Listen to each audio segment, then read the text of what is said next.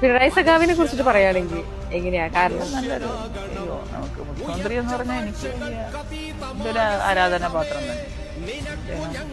അദ്ദേഹം ഒരു അച്ഛന് തുല്യമാണ്. നമ്മളുടെ ഒരു ഫാദർ എങ്ങനെയാണോ എല്ലാവർക്കും വേണ്ടി ഒരു കുടുംബത്തെ നയിച്ചോണ്ട് പോകുന്നവൻ ആ കുടുംബം തകരുമ്പോ ആ കുടുംബത്തിന്റെ കൂട്ടത്തിരുന്ന് കരയാനുള്ളവനല്ലേ, സ്റ്റേണായിട്ട് നിൽക്കണ്ടേ. അത് അദ്ദേഹത്തിന്റെ ആർജവാ, അദ്ദേഹത്തിന്റെ പവറാ. അത് ആ സ്റ്റേണായിട്ട് അദ്ദേഹം നിൽക്കുന്ന എന്തെല്ലാം തകർച്ചകൾ നമുക്കിവിടെ വന്നു, പ്രകൃതി ദുരന്തങ്ങൾ വന്നു, അനേകം പ്രകൃതി ദുരന്തങ്ങൾ.